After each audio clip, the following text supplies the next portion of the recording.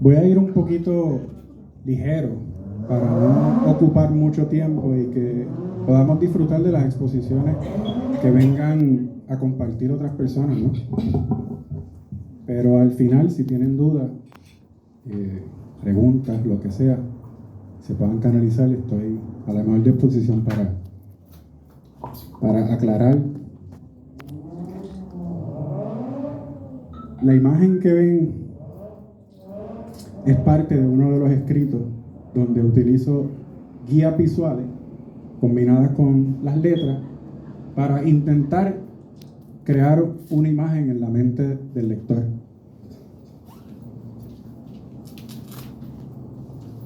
Inicialmente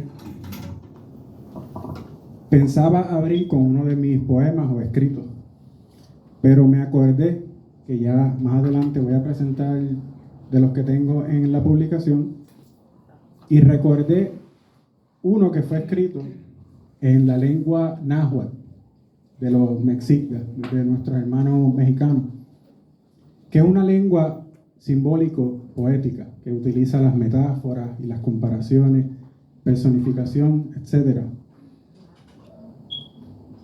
Ese se traduce al español como yo lo pregunto, yo Netzahualcoyotl, que fue un tlatoani, o sea, como un tipo de dirigente de los mexicas, y que murió poco antes que llegara nuestros hermanos europeos en aquel momento, en el 1492, ¿no? Y él, lo que parece estar compartiendo es lo que estaba viviendo su civilización con una guerra que estaba ocurriendo en aquel momento. Netzahualcoyotl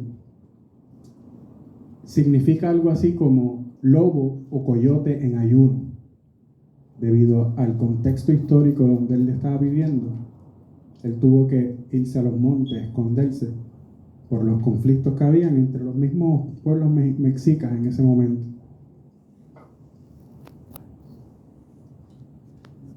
Y dice de la siguiente manera: ¿acaso de veras se vive con raíz en la tierra? No para siempre en la tierra, solo un poco aquí. Aunque sea de jade, se quiebra, aunque sea de oro, se rompe, aunque sea plumaje de quetzal, se desgarra. No para siempre aquí, solo un poco aquí. Para mí, mi interpretación es que, a pesar de que él venía de un linaje de nobleza y era catalogado como un rey poeta, un rey filósofo, un rey inventor, su título no lo salvó de ciertas situaciones que estaban ocurriendo en su mundo en aquel momento. Y él está tratando de compartir esas experiencias que tuvo, como lo hacemos nosotros, con nuestras canciones, con nuestras poesías, con nuestros distintos escritos o publicaciones. Esta primera parte es parte, valga la redundancia, de un trabajo en etapa de investigación, utilizando libros, muchos de ellos como los que están aquí, y libros que he tomado de aquí para investigar, comparándolo con la tradición oral, comparándolo con las perspectivas de otros pueblos y fuentes naturales. Por fuentes naturales me refiero a lo que he aprendido las veces que he estado paseando o incluso durmiendo en el río, en la playa, en el monte.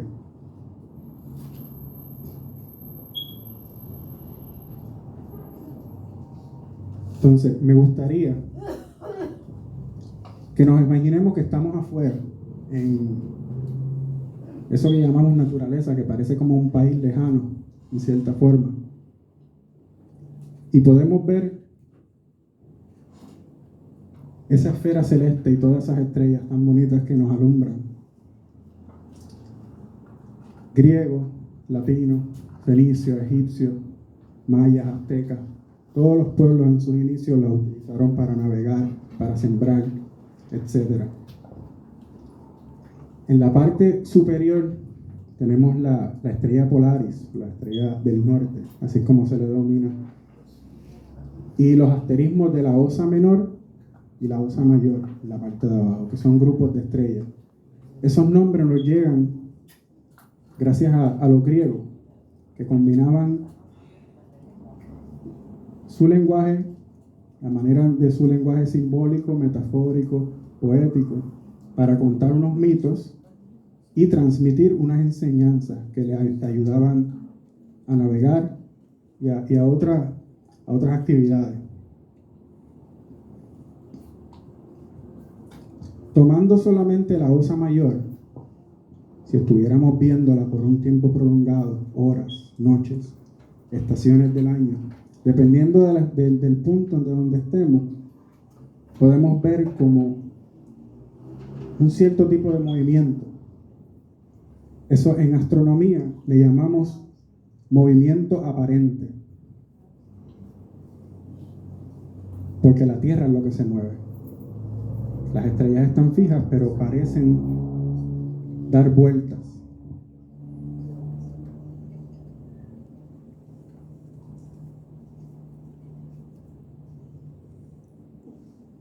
Como la hélice de un abanico o las manecillas del reloj, así parecería ser el movimiento de la Osa Mayor si la estuviéramos observando por varias noches.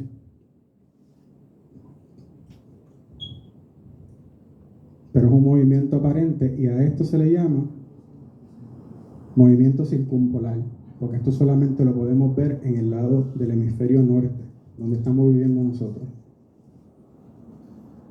Parte de lo que yo arguyo en mi primer libro y que lo estoy trabajando ahora como parte de preservar este otro aspecto de nuestra cultura también, es que estas piezas de artesanía que conocemos como semillas, por ejemplo, y otros símbolos, en sus inicios se emplearon para transmitir información, para compartir información desde su punto de vista, desde su aprendizaje. Y pareciera ser, si observamos los ojitos, el ojo a la izquierda y el brazo, el ojo a la derecha y el otro brazo, que esto eran ayudas visuales que no eran para hablar de dioses o espíritus o ese tipo de cosas, sino que en sus inicios era para transmitir información.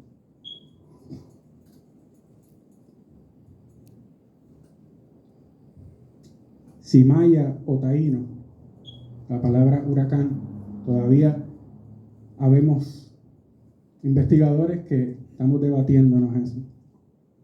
Pero la influencia está ahí, la relación está ahí, ese intercambio intercultural entre nosotros y otros pueblos más. Lo que yo he venido recogiendo hasta ahora es que entre los mayas, que también utilizaban un lenguaje como el náhuatl, simbólico, poético, metafórico, se recogen, entre otras variantes, hunracán, huracán, y entre los caribes o los taínos, como se le conocen popularmente, huracán y huracán. En una de las variantes actuales, porque los lenguajes mayas tienen distintas variantes, algunas de las palabras que yo he podido recoger en los diccionarios mayas son huul, rayo de luz, uul, venir o llegar, kaam, fuerte, que se utiliza para describir el viento y la lluvia, y akaam, que es como también un tipo de sonido fuerte. Cuando yo lo traduzco, más o menos sería algo como rugido del fuerte viento que llega, o viene fuerte rugido de la lluvia con luz. Es como una descripción, pero obviamente en la traducción se pierde un poquito el significado.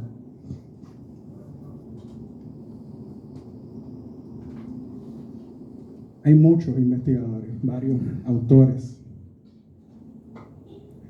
que señalan cómo mis ancestros, nuestros ancestros indígenas o aborígenes o indios, observaban el movimiento de los astros, de la esfera celeste, el movimiento aparente, y podían pronosticar la llegada de tormentas o huracanes. De modo que parte de lo que yo trabajo en mis primeras publicaciones, poesía artesanal, y en lo que estoy desarrollando ahora, es que desde hace mucho tiempo veníamos hablando con la naturaleza. Mucho antes de que se inventara toda la tecnología moderna que tenemos. Y esto es una de las expresiones, de mis expresiones poéticas o artesanales, si se puede llamar de esa manera, en el segundo libro que publiqué, titulado Poesía Artesanal, una historia de poesía, donde en el capítulo 10 yo presento alrededor de 50 poemas, escritos simbólicos, metafóricos, con poesía libre o poesía con rima y poesía visual. Tratar de crear una imagen con palabras. Y en los primeros 9 capítulos lo que hago es tratar de contar la historia de poesía y cómo distintos pueblos, distintas personas han aportado las tantas variantes que podemos disfrutar de expresiones poéticas. ¿Para qué nos sirve? ¿Cómo hacerla? ¿Cómo tratar de interpretarla? Eso es básicamente lo que trabajo dentro del libro, contando una historia dentro de una historia, dentro de otra historia.